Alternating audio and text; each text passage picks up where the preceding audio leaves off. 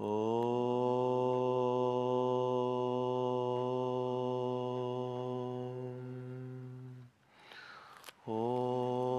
पृथिवी शान्तिरन्तरिक्षगं शान्तिर्द्यौः शान्तिर्दिशः शान्तिरवान्तर दिशाः शान्तिरग्निः शान्तिर्वायुः शान्तिरादित्यः शान्तिश्चन्द्रमा शान्तिर्नक्षत्राणि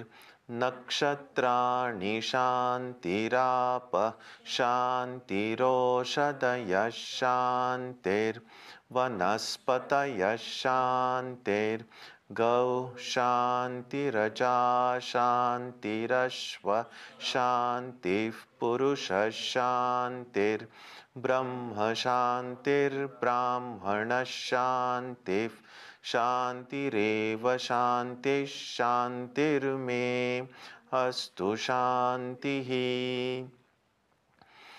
May there be peace on earth and in the sky. May there be peace in the water and in all directions. May there be peace in the plants, in the trees, and in animals. May there be peace in the hearts of all beings. May there be peace in everyone and in everything.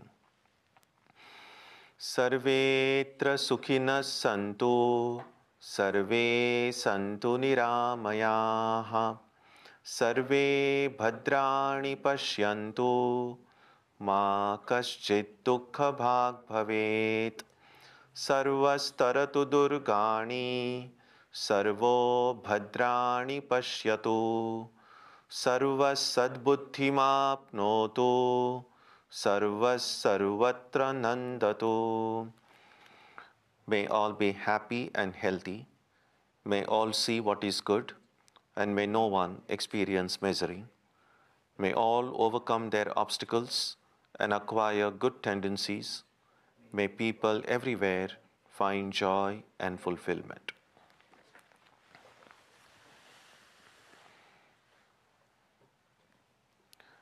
Let us now spend some time touching the center of peace and joy in our hearts.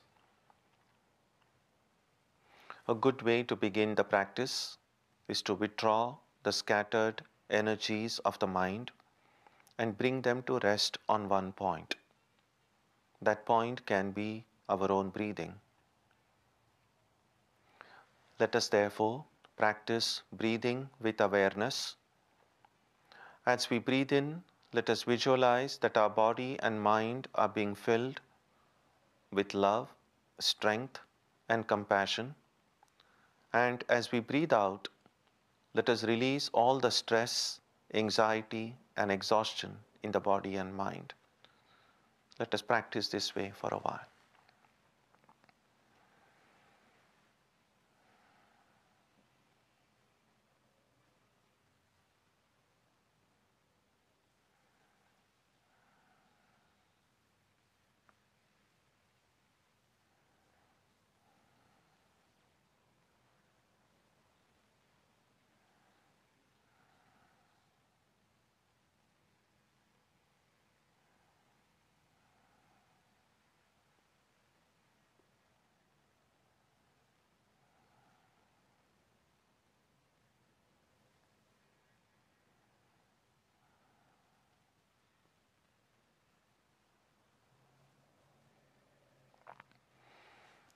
Let us now turn our attention to the region of our heart.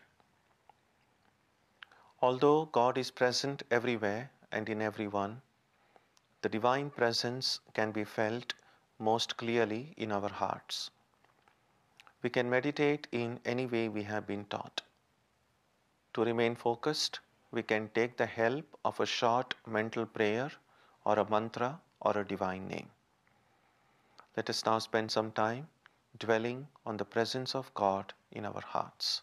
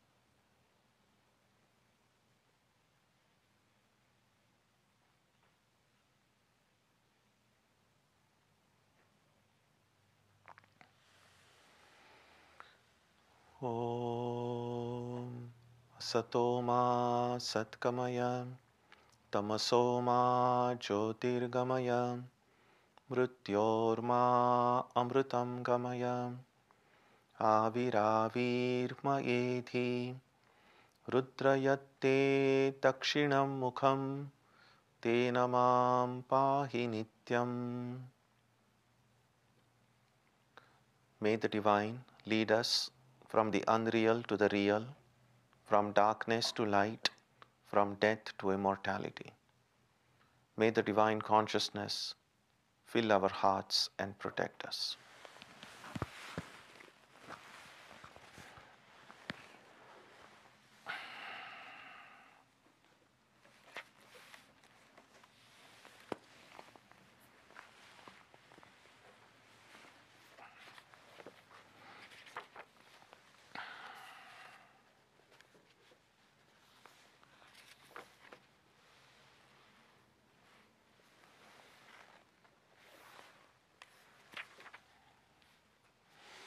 In the last class, we saw the importance about what kind of thought we have just at the moment of death, the significance of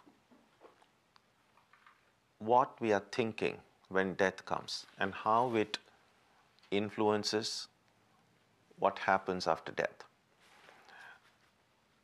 So very quickly to see just the translation of the previous 3 verses, beginning with verse 5. He who at the time of death remembers me alone and passes out, leaving the body, attains my being. There is no doubt about this. Thinking of whatever object at the time of death a person leaves the body, he attains, O son of Kunti, that very object, being constantly absorbed in its thought. Therefore, remember me at all times and fight. With your mind and intellect devoted to me, you shall attain me alone. There is no doubt about this.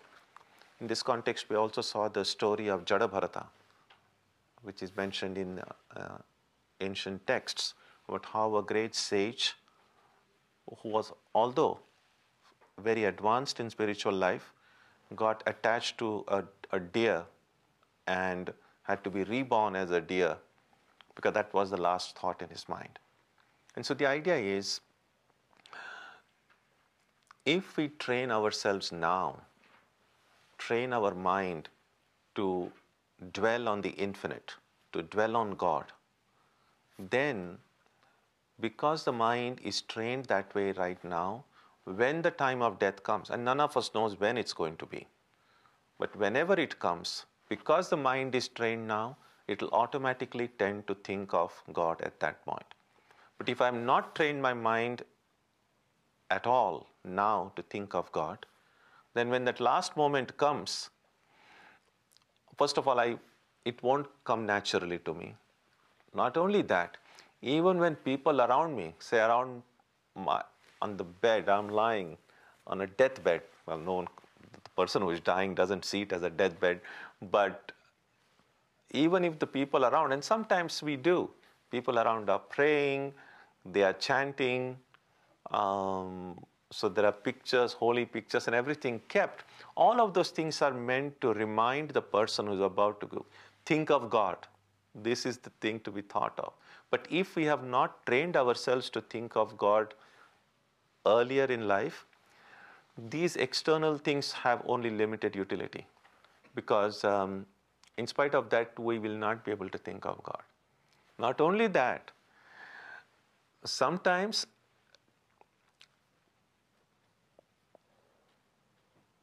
it can produce an opposite reaction. And I've seen it happen. Just see, if someone is sick in a hospital, and when people go, generally, what the sick person likes to hear is, everything is going to be fine. And it's not very hopeful if someone tells them, think of God right now, which almost some people are terrified by that. It's like, oh, when you people are giving up hope on me. And so even if someone were to remind us to think of God at that time, it depends on whether we will take it positively or negatively, on how we have trained ourselves earlier on in life. And so this is that transition period is very important. So let's now begin with verse 8. Abhyasa yoga yuktena cetasa nanyagaminam paramam purusham divyam yati parthanu chintayan. With a mind that has taken to the way of constant practice and does not stray to anything else, one who thinks of the Supreme Divine Being attains him, O Partha. So the question here is, how do we train ourselves to think of God alone? It really begins, first of all, with training ourselves to holding on to one thought, even if it's not of God. The challenge for many people is to hold on to one thought. And that's why we nowadays speak about attention deficit and so on. The capacity to hold on to one idea, one train of thinking, is very important for success in life in general, not just spiritual life. And the culture in which we live does not make it any easier. Rather than training us, helping us to hold on to one idea, one stream of thought, if you like, the culture kind of gives in to our present weaknesses, and it kind of, it all get ties up with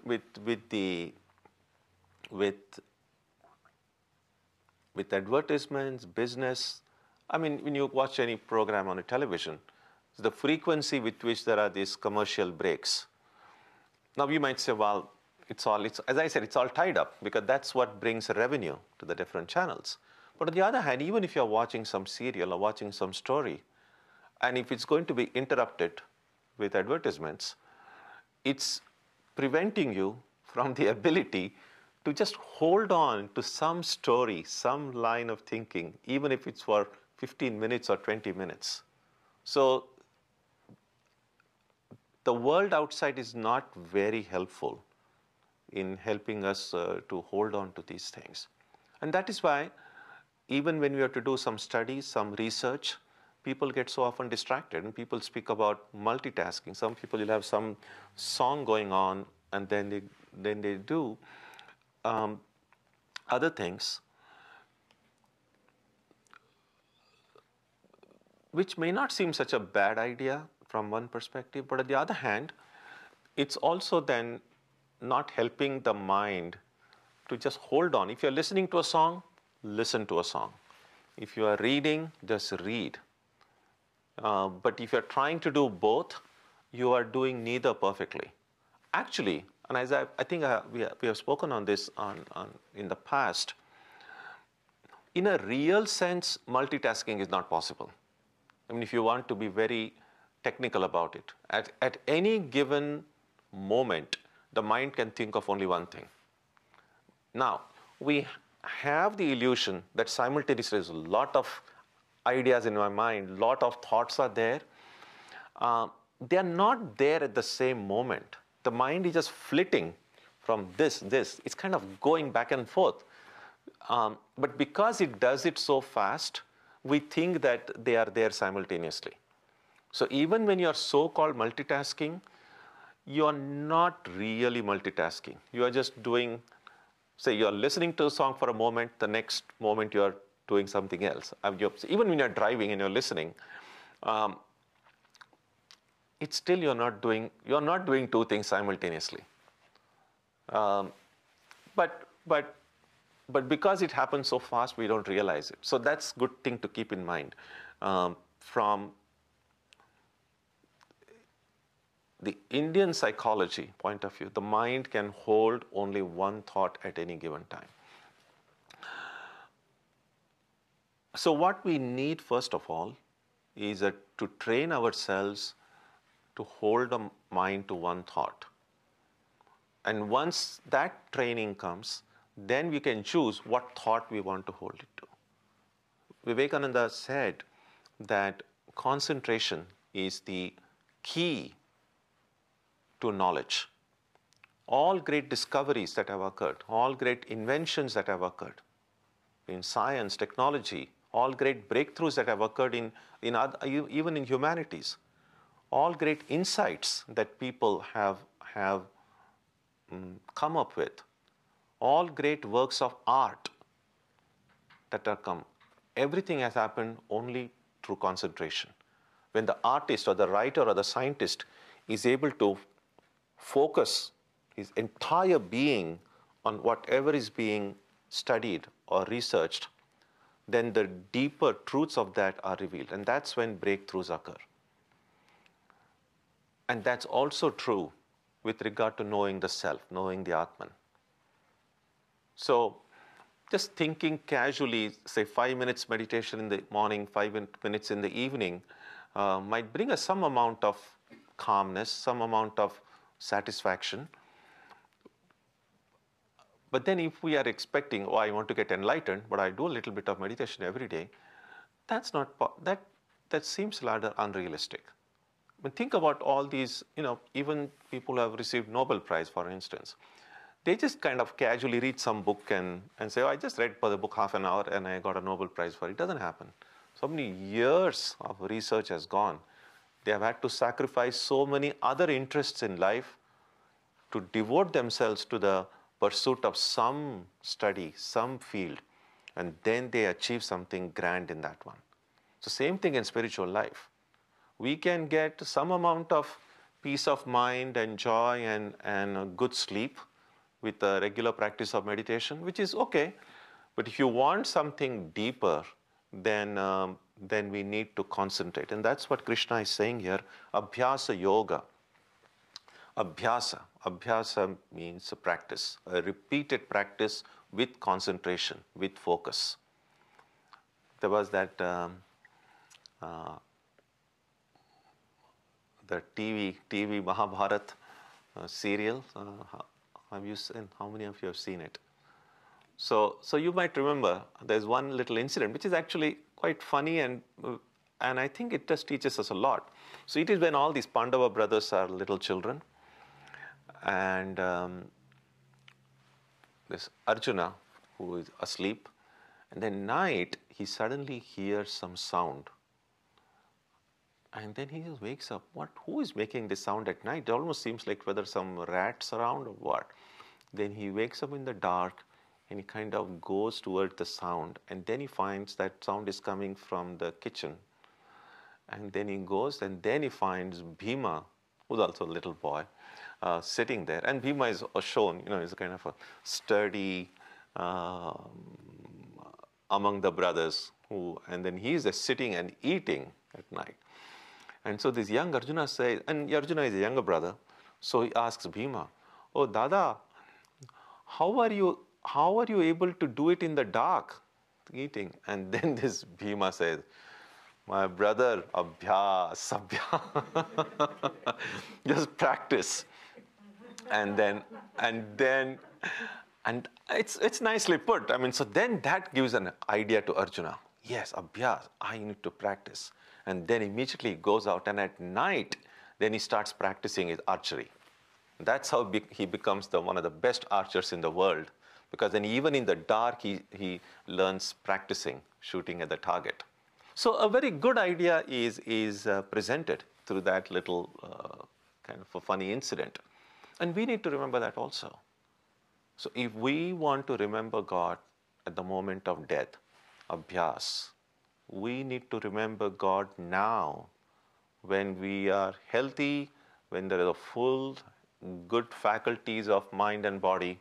If we can do that now and do abhyas, practice, then when the body and mind may not be so healthy, when we be very weak, when we may not be able to do a lot of things then that we can do now, but because of the training, abhyas, we will automatically able to do it. So that's what he says. With the mind that is taken to the way of constant practice, that's what abhyas is. And does not stray to anything else. That is what concentration means. It is then that we attain to God. Verse 9. So let's chant 9 and 10 together. Kavim Purana Manushasitaram Anoraniyan Samanusmaredyaha Sarvasya Dhataramachintya Rupam Aditya Varnam Tamasah Parastat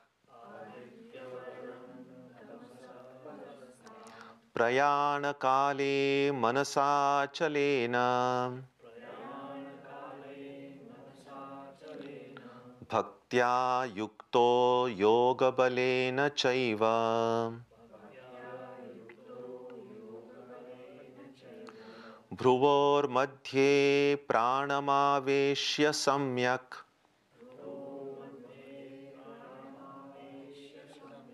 Satam Param Purushamupaiti Divyam. He who, endowed with devotion, meditates at the time of death with a steady mind, having by the power of yoga properly fixed the life breath in between the eyebrows, on the being who is wise, ancient, the ruler, smaller than the smallest, the sustainer of all, of inconceivable form, resplendent like the sun and beyond ignorance, he attains the shining supreme being. Endowed with devotion, we need that. How do we define devotion?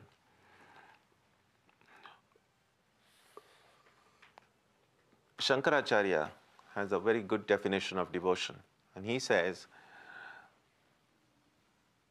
Swaswarupa Anusandhanam Bhakti iti abhidhiyate. A one-pointed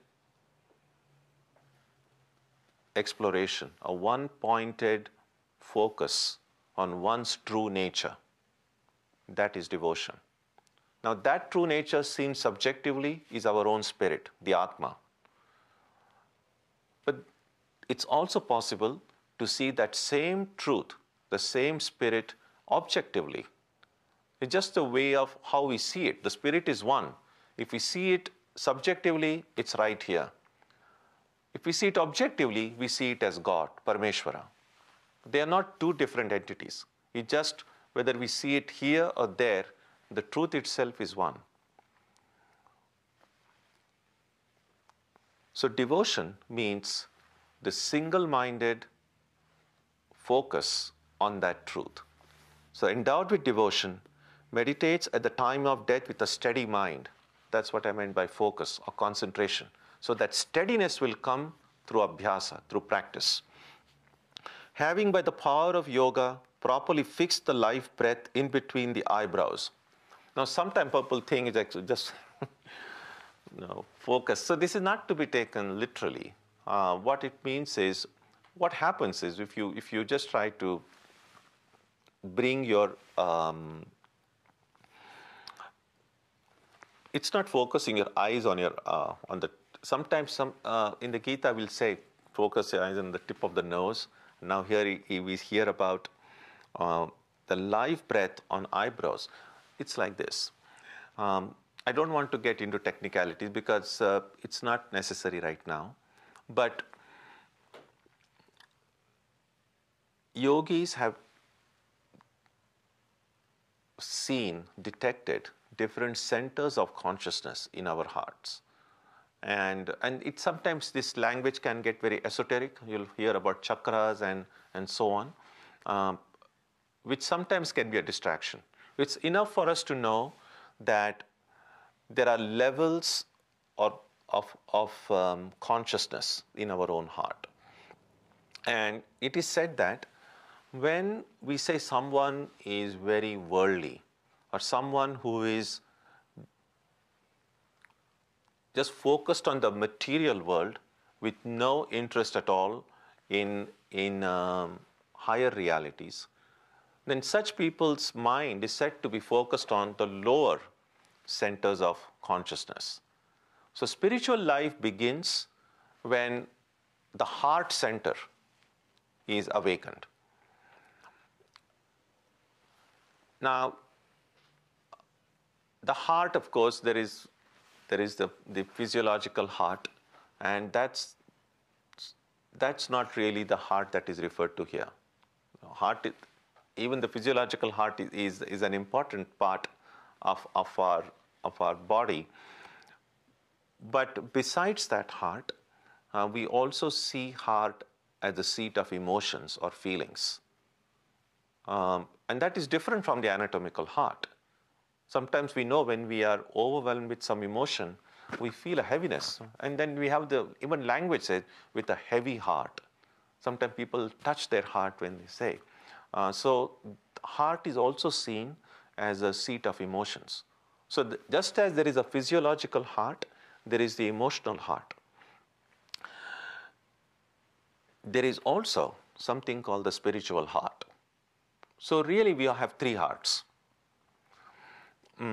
We know the location of the physiological heart. It can be seen, not by us. Actually, no one has seen their own heart, but we know it's there. Assuming that all of us are identical, assuming that we can believe the testimony of our surgeon when he cuts it open, every one of us has a heart. We can feel our emotional heart when we feel a strong surge of emotions. We feel something here, happening here. But not many of us have yet awakened. The phrase that you use is awakening the spiritual heart. And that is why when we begin our practice of meditation, meditation time, it's often said to shut out the senses so that the sensory data from the world will not come and distract us. So then we close our eyes, we try to sit in a calm place, and then we are expected to see God. But oftentimes we just shut everything out and we just see darkness. We see darkness because, well, God is there in our heart, the Spirit is there in our heart, but the Spirit is in the spiritual heart. So in order for us to see the Spirit, we first need to locate the spiritual heart. It's like if you want to go and meet somebody and you arrive at a big building. In order to meet that person, you first need to find out, well, which room are you in? Which floor and which room? And then I can go and find that person.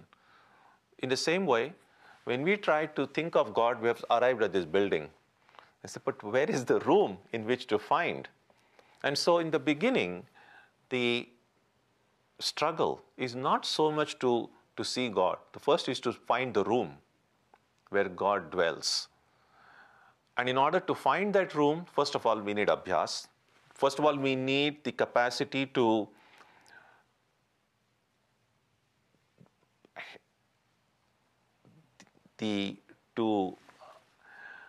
take a U-turn, so to speak. The eyes, all our consciousness going out through the senses naturally goes out.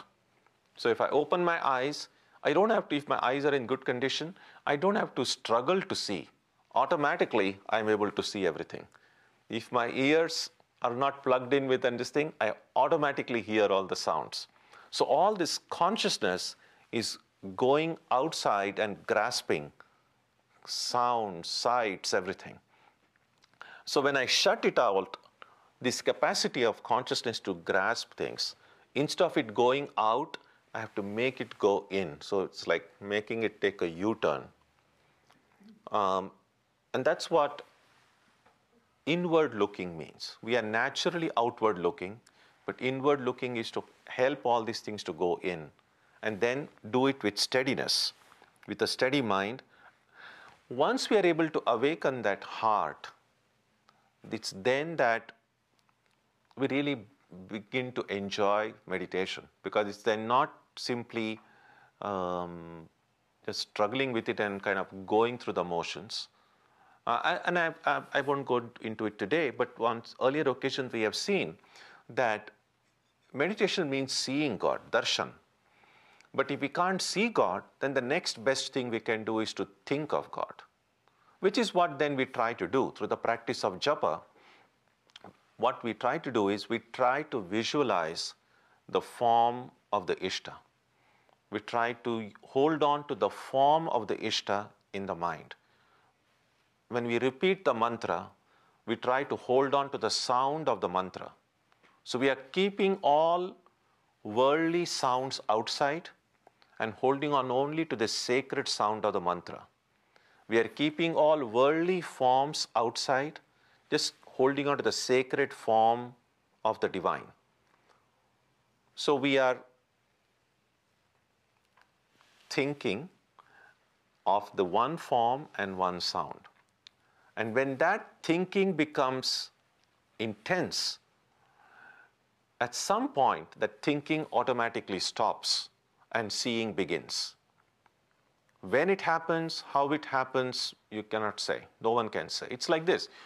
When you go to sleep, what you can do, what is in your hands to do, is to lie in bed, switch off the light, and try not to get very agitated. That's all that you can do. You cannot command sleep at a given moment. So you can make all preparations that, okay, let me now try to be peaceful, not worry about what happened yesterday, what happened tomorrow. Let me just relax. And then at some point, not at your choosing, suddenly sleep comes. It happens, but when it happens, how it happens, you cannot say. Exactly in the same way, all that you can do for real meditation to happen is to just make all preparations. And the preparation that you can do, ideally, is shut out all the senses. If you are an expert in sleep, then the moment you switch off the light, moment your head touches the cushion, you will fall asleep. If you're not such an expert in sleep, then even if you do all this thing, it'll take a while before you sleep.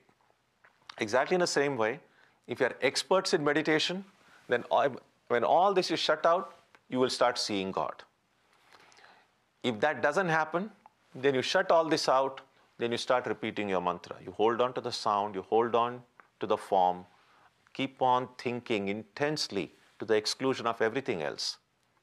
And then meditation will occur on its own. So meditation is something that happens. Meditation is not something that you do. What you can do is all this preparation. What you can do is try to keep the world out. What you can do is try to hold on to the form and the sound related to the sacred, to the exclusion of everything else. That's what you can do. And then just be patient. And then meditation happens. And that will happen when this heart is awakened. And once that heart is awakened, then you see a different path. It's almost like the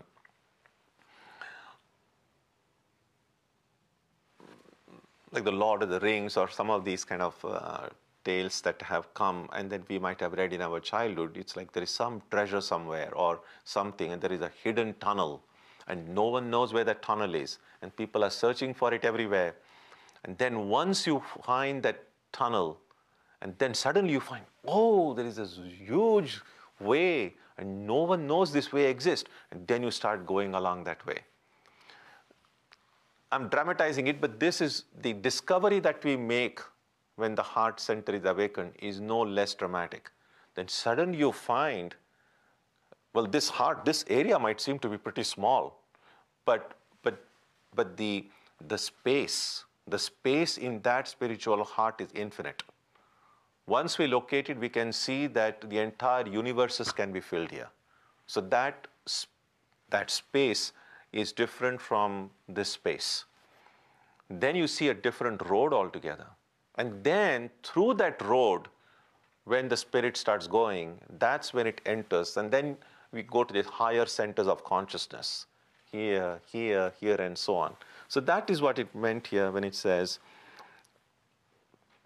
fix the life breath in between the eyebrows. So it's not looking at your eyebrows, it's not just focusing there. It's really awakening the heart, and then your prana starts going out. That's the idea. And as I said, right now, don't get into too many technicalities. Just remember the importance of withdrawing the mind away from the material world, even if it is for a short time, the importance of concentration, and importance of recognizing that there are deeper truths, deeper realities, deeper spaces within us which need to be explored. And then we have to be strong, we have to be brave. All these great explorers, they were not easygoing, laid-back people. Then nothing would have been discovered. They were people who were willing to take risks. They were people who were willing to look for adventure. And spiritual life is an adventure. One of the famous quotes that Vivekananda often, that is attributed to Vivekananda, is that he often quoted this portion from the Upanishads. Nayam atma balahinena lapyaha. This Atman cannot be attained by the weak, by the cowardly. So, if we have to be brave, strong, and courageous in the world in order to succeed, we need to be even more brave, more courageous, more strong to pursue spiritual life. So spiritual life, as sometimes critics make it out to be, as if it's a form of escapism, that those who cannot deal with challenges of the external world then try to think of God, they just miss the point altogether. You need a lot more courage, a lot more strength to think of God. So it's good to remember, the challenges in the internal world are not any less. If anything, they are actually more than the external world. So this is not a path meant for the namby-pamby, as they say. On the being, and what is the kind of being? So you have all these descriptions of how God is. Wise, ancient, the ruler in the sense, that's why Ishvara, the word Ishvara, comes from the Sanskrit root ish, which means to rule.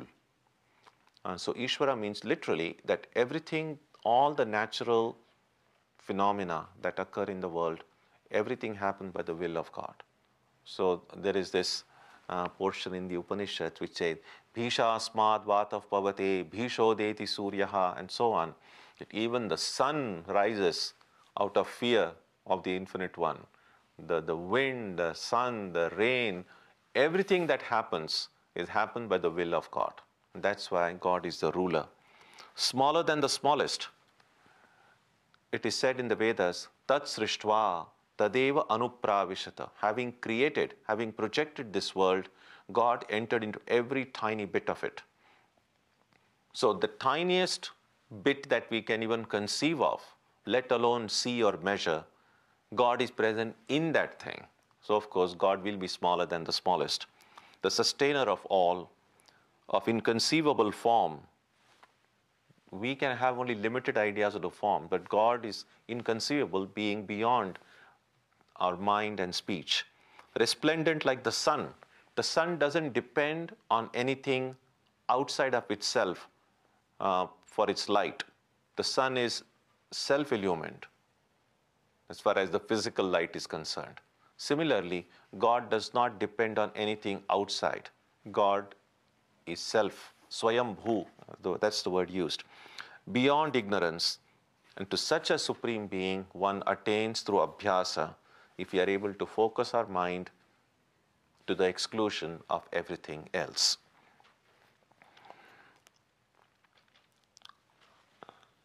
Okay, I'll pause here. Do you have any questions or thoughts about what we have said so far?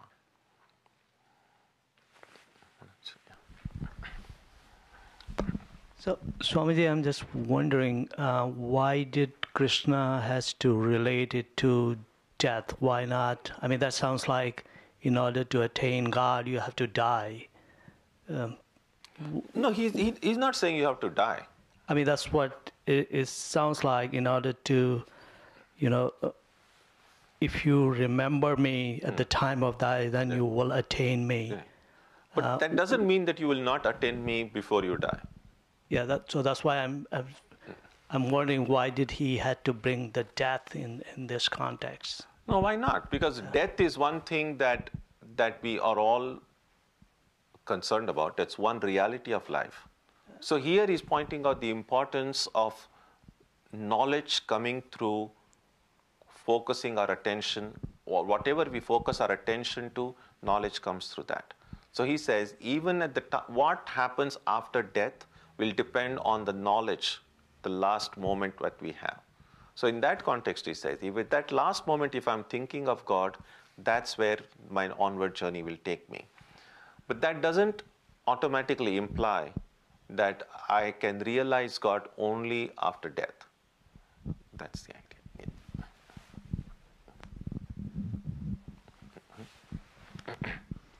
So, Swamiji, when you read the verses and they say that with constant practice and does not stray to anything else, I mean, it implies that you are in samadhi at all times. So, for instance, in verse 8, and they talk about the way is of constant practice, and then you do not stray to anything else. That seems to be samadhi. Yes, that is samadhi. So, when it happens, then of course you are in samadhi. But if it has not happened yet, it means that is the kind of practice we will do. We may not succeed immediately. Well, if we succeed immediately, you are already in samadhi, you already attained God. Then again, that comes to answering to your question. We don't have to wait until death for that to happen. But the idea is that suppose I keep on practicing imperfectly. I don't succeed, but I keep on practicing it. And because of that practice, even at the time of death, I'm able to think of God, then that will help me in my onward journey. So that doesn't preclude the possibility of me succeeding even before dying.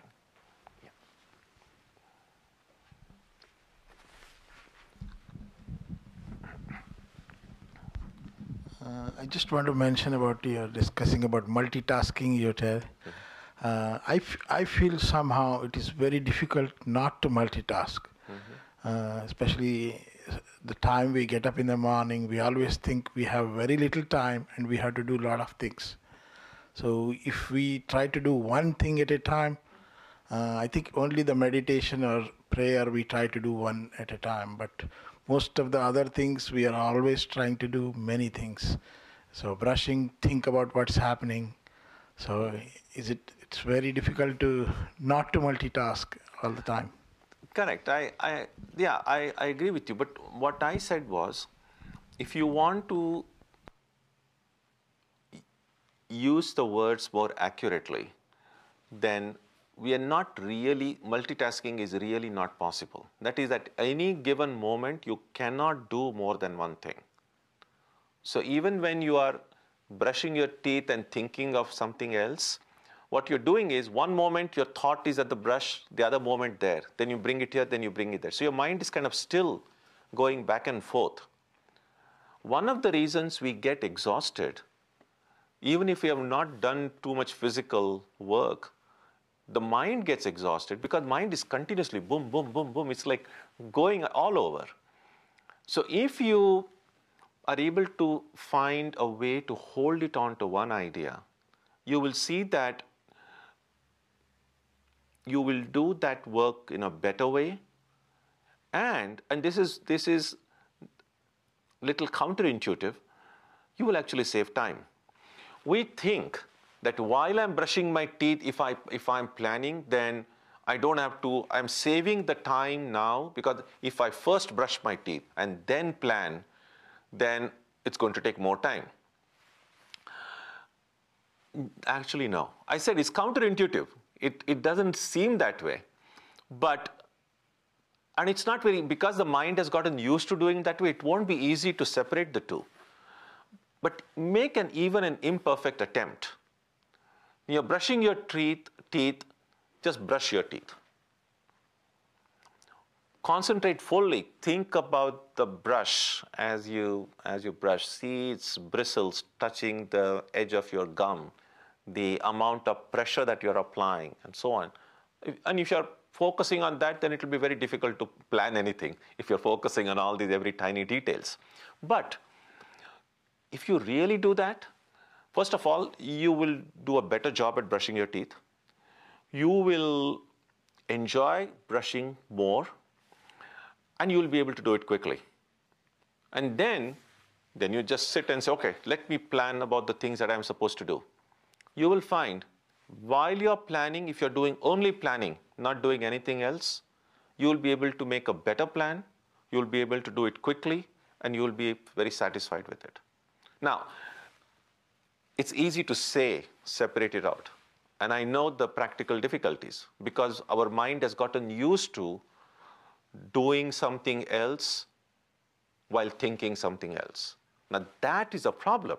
That's a problem because if while I'm brushing, I'm planning for the day, and my mind is not at the brushing,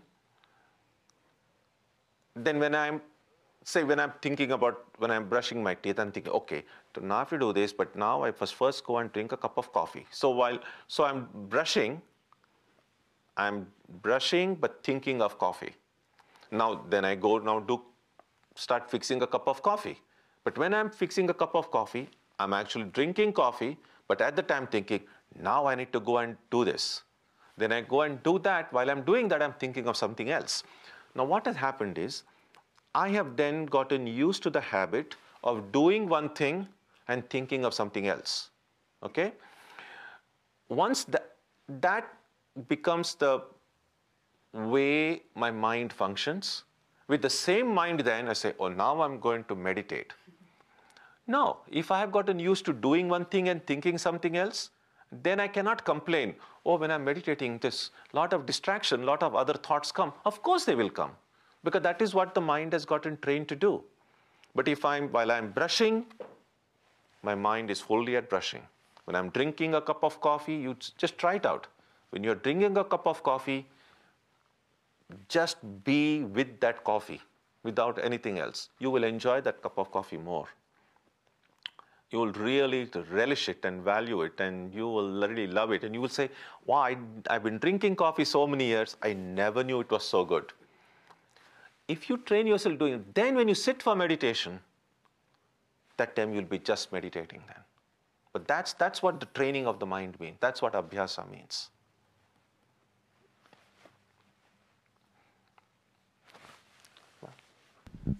Actually, just a quick comment. I was once at a Vipassana meditation, like they call it a boot camp for a day. And there basically what they do is during the lunchtime when they serve food, they ask you not to talk to anybody and just slowly like chew your food and just focus on the taste of the food.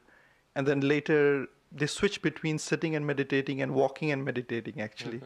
And they're saying when you're walking, just focus on taking each step. And so that was their sort of, Sure. I guess it ties to what you just mentioned. Sure, yeah. See, vipassana is a Pali word. Actually, it comes from the Sanskrit, vipashyan. Pashya is to see. The V prefix means to see deeply, to look clearly. So vipashyan, and then Pali it becomes vipassana. And it makes a big difference. It does make a big difference. So we can do one thing at a time. It's really a very helpful practice. That's why, and then even students, when we are studying, if my mind is trained, while I'm reading, I should be reading. You will see that I'll read quickly, I will understand better. When you're writing, you must be writing. When you're watching a movie, if you're watching a movie, watch the movie. You will enjoy it more. Because while watching the movie, if I'm thinking about what I'm going to do afterwards, you're wasting your time. You're not really watching the movie. And sometimes people go pay money and watch, but they are planning of what they should do afterwards. They're wasting their money. So you get full value of your money. You're watching the movie, just watch the movie. So that's the way we need to train our mind. That will be really helpful. Yeah. See, sometimes even our interpersonal relationships will improve.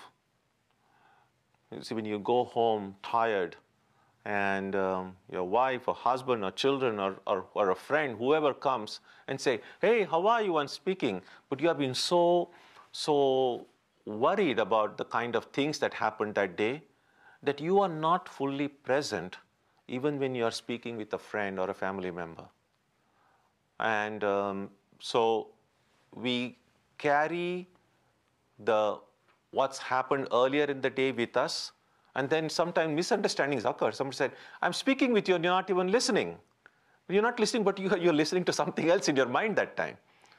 And so if whenever we are dealing with any person, if you can be fully present there, you will understand, the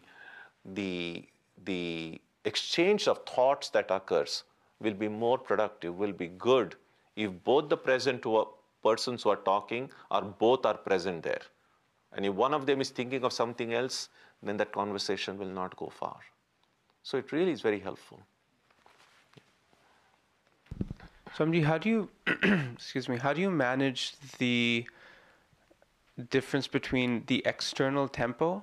So you may be in an environment or a situation where externally the tempo may be very fast, but then you want to still keep your own internal tempo more controlled and rhythmic. How do you manage those without feeling slow or unable to keep up? Because Not clear. So, part of the point you were making before is that our senses are outward bound. But I think the environment in which we live captures our senses, so therefore we almost feel saturated that we're unable to look or control how we direct our senses. So an example would be if you're in an environment where, imagine you're a trader on on the New York Stock Exchange. So it's constantly incredibly active, but at the same time, how in that situation would you maintain a slower, because I'm sensing slowness is of value. Yeah, so I think what does help is we have to be creative in our spiritual life. By creative, I mean, first of all, it's not possible because of not only because we have a lot of responsibilities and things that we need to do, that we cannot just sit and just meditate 24 hours a day. Because even if we had all the time, we still won't be able to meditate for 24 hours a day. So we don't have that capacity to just shut the world out. So the world is going to be a major component in our life, even though we might devote some time for meditation sometime during the day, or twice or thrice during a day. So what do we do the rest of the time when we are not thinking of directly about God?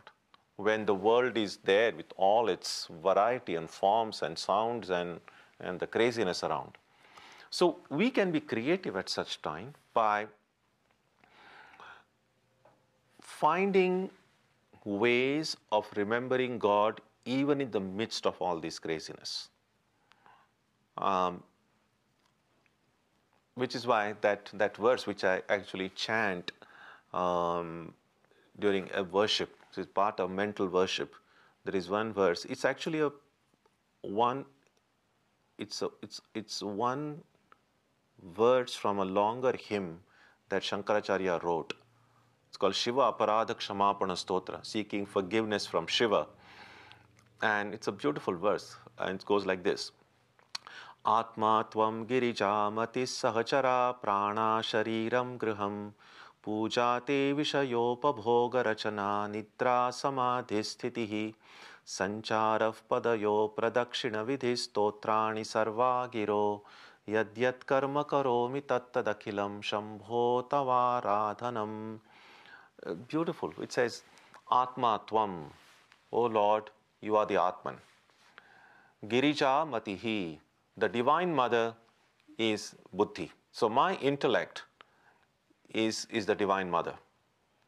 And God is the Atman. Sahachara pranaha. So all these senses that I have are the companions of God. So we find the different deities in the tradition. So Shiva. So Shiva has his own Nandi and the whole mythology associated with Shiva, or Vishnu. So whichever form of God that we are associated with, we can see that if that form of the divine, it doesn't, Atman is put in a very kind of a neutral way, but we can as well substitute it with any of the other deities that we are able to connect to. It could be Shiva, Vishnu, Ramakrishna, Buddha, anybody. So Divine Mother, the power of God is the intellect, and the companions of God are all my senses. Sahachara prana, shariram graham. So this is the abode of God. That's why we say when God dwells in the heart, the body is the abode of God. It's a temple. So the body itself can be seen as the temple. Shariram graham, pujate vishayopabhoga rachana. So just like in a ritualistic worship, we use flowers, sandal paste, incense. So these are the ingredients used for ritualistic worship.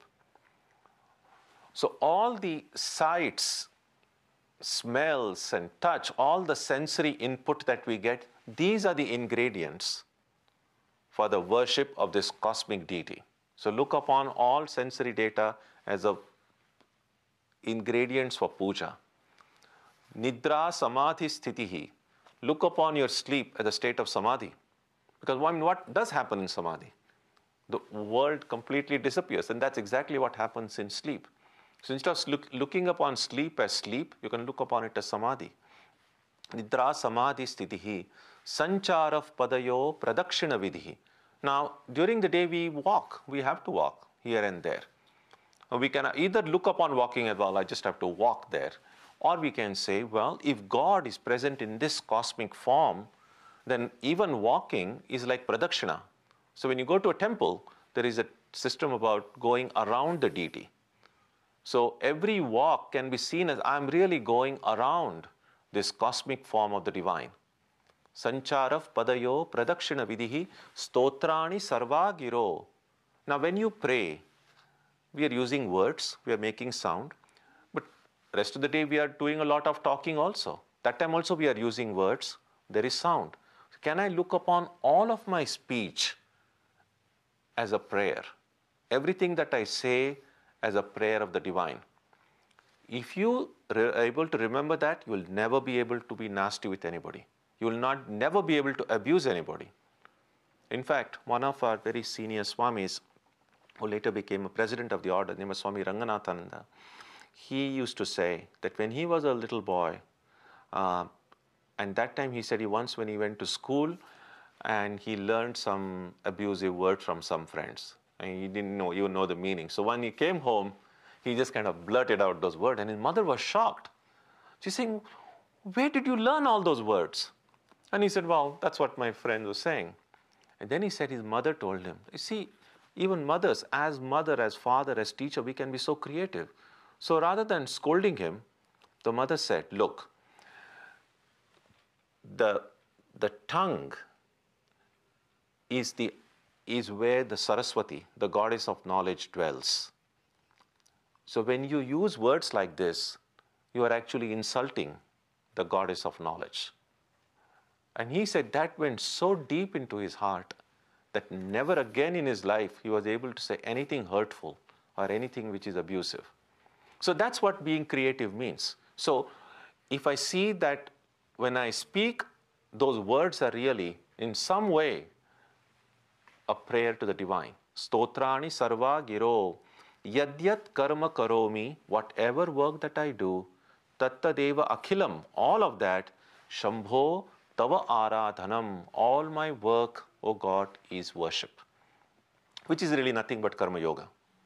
So karma yoga, doing all of our work as an offering to the divine, using all of our words as offering to the divine, using all of our thoughts.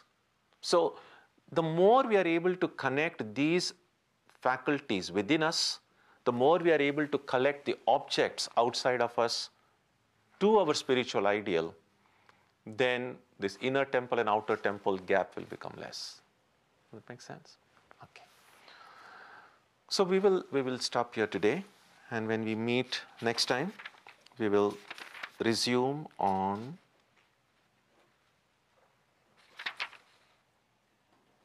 verse number 11.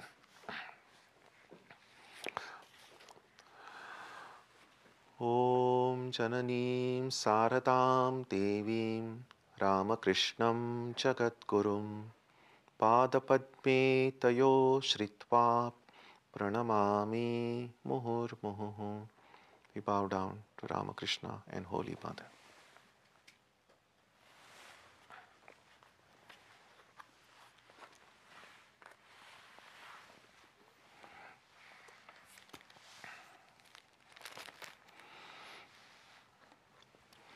Our topics on Sunday will be silence as yoga. I probably will have to speak while on this subject, but I will talk about silence, and all of you will listen in silence. And on next Wednesday, we will continue with the study of the Gita. On Tuesday and Saturday, we'll have the Arati and meditation as usual. So you're welcome for these programs. We'll conclude with a prayer now on page 3.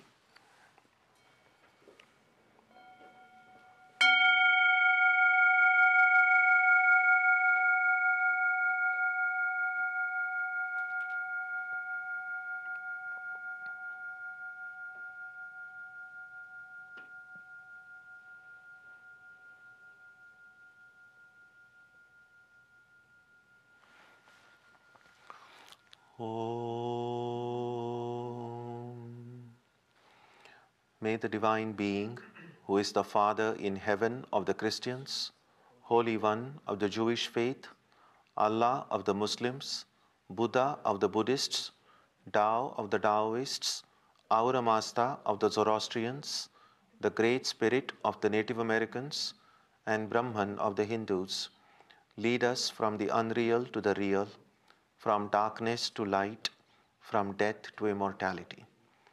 May we be granted strength, freedom, and clear understanding.